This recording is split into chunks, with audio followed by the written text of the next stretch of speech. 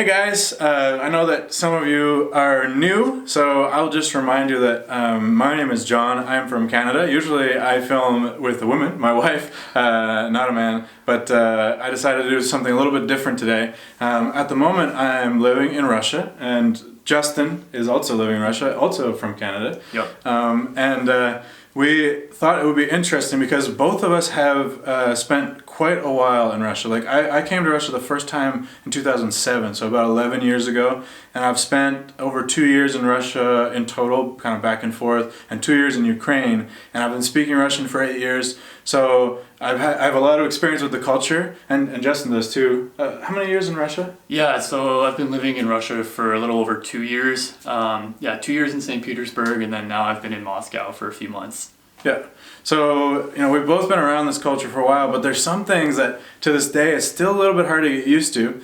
And so we thought we would just share those with you. And some of them, I'm sure are going to be completely new to you. So at the same time, you'll learn a little bit about Russian culture and also, just what's hard to get used to. So we'll just jump right into it. The first thing is that Russians have this thing where they, on holidays, especially on your birthday and also like on weddings, on your birthday especially, it's this tradition where you have to, it's even hard to translate, but you have to wish the person that's having the birthday girl or boy, you have to wish them a whole bunch of things. And it's funny because oftentimes Russians will be like, translate this for me. I'm like, I don't even know how to translate this, but this is what they always do. It's like, it's your birthday today, Justin. Happy birthday. I wish you long life. I wish you health and success and a lot of money. And they go on and on and on, like wishing this person all these things. It's not a bad thing for sure, but it takes some getting used to. As a person, receiving all of these wishes. Yeah. And then as the person, sometimes when you have a Russian friend and it's their birthday, it's weird if you just call them and you're like, hey man, happy birthday. Yeah. I hope you're having a good one. Like that's, in English I wouldn't say that much more. You might, if you felt like really inspired, you may be like, you might, yeah. I really, I just wanted to mention how much I appreciate you, you're a great friend, and I'm happy that I know you or something. But yeah, and they usually get really specific too if they know you well about what they're wishing you. So for me, for example, I'm a YouTuber, so people will be like, oh, I wish you, good luck with your channel and that it grows into all this and this and this and it fulfills all your dreams. So they get really specific into what they know about you, which is really awesome. I mean, I love that. I think it's so much more personal, for sure. So I do like that. But you're right, it just like goes on and on and on all the time. Yeah, and I find it awkward. And people feel like this necessity. Like this is a skill that young Russian children have been absorbing since they were born because they've always heard it. And then you have to. It's like if you only wish them a couple of things, it's probably like you maybe don't like them so much or you're angry at them or something. And then the same sort of thing happens sometimes at weddings. There's always toasts, so many toasts, and drinking and toasts, and people stand up. I know that happens in weddings in a lot of other cultures too, but it's just like another level here. And the same thing, back to birthdays. I was at this one birthday party where I didn't know the person that well. It was her birthday. And somebody, most people are drinking, so sometimes they have stupid ideas, and this would be a stupid idea in my opinion, to have everybody say a toast. And there was 35 people in this small room, and I was like, this is ridiculous. And I was the 8th person, and I was like, what am I going to say? Plus 7 people before me have already said all these things, the standard things. Yes, yeah. Exactly. So you just repeat it, and luckily it didn't get to me. They got distracted or something, so it was okay. But yeah, that's something that really I still haven't gotten used to. Another thing I've noticed here, and this is all across the country in Russia, when you walk up to any kind of building that you're going to go into, like a shopping complex or just any regular sort of building, usually they do have 2 sets of doors, interior the front set of doors, and then the next set right after you go in. Usually in the West, if the left door, for example, is open or it slides open, then that same door on that second set will also open, so you can just walk straight through. But in Russia, it's extremely common, for example, if the left door opens, you go through into that man trap area in the middle, but then only the right door after that will open. So you do a sort of zigzag motion as you try and go through. Now, from what I understand, it's I think it has to do with this understanding here of Russians don't like gusts of wind at all. So I think it's to block the draft basically from coming in from on the street out into the building. They're afraid if both doors open at once, the gust of wind will just come right through. And Russians think that this makes them sick. Like there's this whole idea like gusts of wind always give people the flu and the cold. So I think it has partly to do with that. Maybe to control the building temperature a little bit, keep it warm. But it can be sometimes super annoying when you walk up, you grab that first door, walk through, and then go to grab the second one. It doesn't open. Yeah. Can't figure out what's going on, and then you have to go around to the right, especially if you're carrying stuff. Yeah. It's really, really annoying. Yeah. And especially if there's no indication, because sometimes, like maybe at some point they had a sign with an arrow, but sometimes they're just nothing. So like you come up and you're trying to like open all the doors, and then you have to walk over to the other one, and then the next one's not open, so you got to go to the other side. It's a real pain. Russian culture in general is like has a lot of traditions, has some what do you call those superstitions. So there are certain things that are like expected, and certain things that's just the way they're supposed to be. And one of the things that is hard for me to get used to is when somebody sneezes, you have to say bless you. Like it's if Justin sneezes and I don't say bless you, then it like if he was Russian, he might kind of like look at me funny, like even be like offended, like why didn't you say bless you, dude? You know, like what's wrong with you or something. And I've even felt that sometimes with my wife, who is Russian, with Eva. She she'll sneeze sometimes, and I won't say bless you. And she'll just kind of like look at me and like, okay, bless you, whatever, and like she's not like trying to teach me it, but really like it's so strong in the culture that if nobody says bless you, it's kind of weird. And sometimes, even though Russians are really kind of like standoffish when it comes to people they don't know, once in a while, if somebody sneezes, even people who don't know each other will say bless you to just because it's so strong and it's such a strong tradition. I'm starting to get used to it. I still don't say it that much in English. I know some people always say bless you in English. That's fine. It's cool, but it's just something like I never felt like the big need to, and maybe in my family, I guess we just didn't do it. You sneeze. Okay, like we go on with our day. Another thing is you always have to like greet a person anytime you initiate a conversation, and like even if like I wrote somebody a message in the morning and say like. They would always say hello or good morning, how are you? And then you would have to answer. You can't just like answer. You have to first respond back with like good morning or hello. And then you can start writing. And then sometimes like if the conversation continues in the evening, like if you kind of finished and you continue again in the evening, even in a chat, you have to say like good evening. A Russian will always say like hello. And then you always say hello again. I've even had situations where like they say hello, how are you? Or they usually don't say how are you. We'll talk about that another time. But they say hello, like, where are you right now? And I was like, hello, I'm in Moscow right now. And then sometimes they will even say like, hello, that's cool. And then they're like, oh crap, I said hello twice or whatever. Because they always say hello. But I've had situations where like my brother, we don't talk that much when we're long distance. Have this long distance relationship, but like for example 6 months my brother didn't write me anything. He sends me a text and it's just a question. You don't have to say like hello, how are you, all these formalities. I feel like it's in our culture it's more acceptable, just get to the point. Get to the point and just keep it short and concise.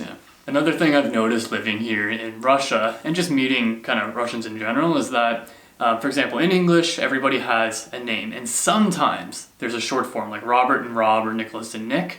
So that same sort of thing exists for every single name in Russian, with the exception of one or two. So, for example, if you meet someone that's Russian named Alexander, his short form will be Sasha. If you meet someone that's named Nikolai, it'll be Kolya. And so I always find it hard enough for myself to remember names in English, but then you meet these Russians and you have to remember so many different names because they have their full name, like Alexander, then you have Sasha. And then it goes even further, and you have to remember sometimes what they call is an otchestvo. So they have a last name, but then they also have an otchestvo, and that's a combination of the father's first name and then a unique ending put on it. So then you have to remember what the otchestvo is, the person's father's first name. Patronymic, I think it's called. Patronymic. Yeah. And then you've got these cute forms that they can take and make out of all of these names. So if you have a girl named Alexandra, her short name is Sasha, but then they'll get into like Sashenka, Sashturia, Sashka, and all of these different little cute forms. And of course, depending on like their mood, they want you to call you one or the other, so you end up having to remember all of these different names, and it gets kind of confusing, but it's kind of cool that the language is that rich that you're able to do that. Yeah, there's like 30 of them. And they don't use all of them usually, but there are so many. It's kind of like you said Robert, Bob. It's kind of like if you said Bobby, you know, like for a kid, maybe you might say Bobby, but there's like 30 of them. Yeah. Different endings that are acceptable. Bob, Bobby, Bobbykins, that kind of stuff. Another thing that's hard to get used to, and my mind is like screwed up with this now, because in my culture, if you want to indicate something, like direct somebody's attention to something, you point with your finger. It's fine. It's an index finger. Sometimes people call it the pointer finger. And you just point, you know, like look at that tree, you know, look at that camera, all of the YouTube subscribers. That's normal. But if any Russians are watching it, they're feeling, watching this right now, they're feeling a little bit uncomfortable, because it is really rude in Russia to point at anything with your finger, let alone a person. And so what they do instead is they point with their whole hand. And I can understand maybe like don't point at people. And of course, like you don't want to point at somebody you don't know, like, you know, like, hey, look at that guy, you know, he looks funny or something. That's weird in our culture too. But yeah, like even with like a tree or like a lamp pole, if I point with my finger, sometimes Russians will be like, it's not nice to point with your finger. You know, like it's некрасиво is like, it's not, I don't know, maybe it's just not polite, you could say. Not polite to point with your finger, and they would just point with their hand. So that's a fun fact. Be careful if you come to Russia pointing with your fingers. Somebody might be offended. And to this day, it's hard for me to get used to. Now I almost always point with my hand, but then I go back to Canada, I'm like, oh yeah, you can point with your finger. That's so weird. So another big difference with living here is also something that I think is pretty cool, but just a bit hard to get used to, which is when you go to somebody's place in Russia, you always have to bring something with you. And they have an expression which basically means like never show up as a guest empty-handed. And so you can be out with your friends and then you decide to, you know, go visit another friend or whatnot. It's like, oh no, we need to stop at a grocery store, pick something up so that we're not showing up empty-handed. It can be whatever, like alcohol or fruit or food or something. Just you can't show up to the door completely empty-handed. And so that was something that was super interesting for me to see, because of course, you know, in the West, especially if it's like a dinner that you're going to, people often bring something like a bottle of wine or some sort of dessert. That's totally cool. But in Russia, it's like any instance that you're going to go visit somebody, you better show up with something or else it's totally rude. Yeah. It's so ingrained in the culture that when you show up to somebody's place, I don't know if they'll really be offended if you didn't bring anything, but if you do, which you usually do because it's so deep in the culture, a lot of times like you walk in the door with the thing and you just hand it to them, and they will just take it and like put it on their table. Sometimes they'll say thank you or whatever, but sometimes they won't even say anything because like you're already saying like, oh hey, how's the weather and stuff, and just like in passing they take the thing that you brought and put it on the table or whatever, and then maybe later you'll eat it. And I mean sometimes it's cool, like I understand for dinners and stuff, but like sometimes it's just like if you just come over for, I don't know, just like for a brief meeting, or like just sometimes it seems like too much, especially if you come often, and sometimes it almost becomes like a competition. Like we have friends, when they come, they bring like big bags full of stuff, and like when you go to their place you feel like weird if you don't bring anything, of course, but if you like just bring a little bit or only one bag instead of 2 bags, and sometimes it becomes like a competition. So it's it's definitely something I'm still getting used to. When my wife and I were we're on our way to visit somebody, she'll often say like, oh, we better stop and grab something for them. I'm like, okay, let's do it, you know. So it's just like, sometimes it just seems like unnecessary extra step, but it's kind of cool. It's nice as a host to have things appear, I guess. I think a lot of people, when they think of Russia, they think of a very cold place. I'm from Canada, also a cold place. Russia is pretty cold, but my associations with the winter in Russia is it is so hot. And you might ask why? How can it be hot in the winter? Because inside it is always so hot. Russians are basically like, they've been conditioned from when they were born that they should be warm. And normal room temperature for me is like 20 degrees, no more. Maybe even like 18. That's good. It's comfortable, you know. If you're cold, then put on a sweater. But in Russian apartments, they usually have central heating.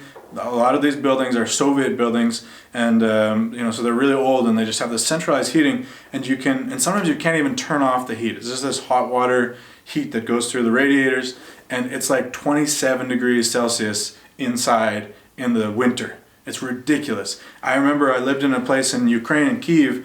We turned off, luckily we were able to turn off the radiators in that apartment. We turned them all off and had the windows open all winter, and it was still warm. Because all the apartments around you are still warm, and then the pipes that go to the radiators, they still have the hot water in them. Of course, you can't like turn them all off. And yeah, that's something that it really takes some getting used to. Buses, trains, like trains in the winter, honestly, it's like a little bit horrible because I've been in trains where it's 29 degrees inside the train and outside it's minus 40 degrees. A 70-degree difference, and Russians are still under blankets. To me, that just blows my mind. I don't understand it.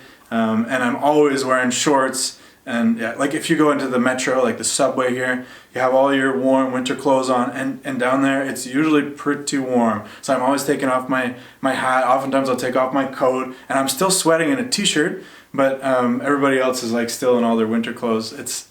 We have different body temperatures as Russians, and that definitely takes some getting used to. So these are some of the things that really take some getting used to. I don't know if some of them I'm not sure if I'll ever get used to, but also some fun cultural facts about Russia. If you have any questions about Russia, write them down in the comments. If you have any ideas for videos that you'd like, anything you'd like us to film around Russia, around Moscow, let us know in the comments. So while we're living here, might as well take that opportunity to sort of film what life is like here in Russia. If you, just to mention that he's a YouTuber, his channel is only in Russian, so if you do speak Russian, go check it out. He films about learning English and also films about sort of being a foreigner in Russia. So yeah, there will be a link in the description. Subscribe to our channel, press the bell to get notifications when new videos come out. Don't forget to like this video, and we will see you very soon. See you guys. Bye bye. До свидания.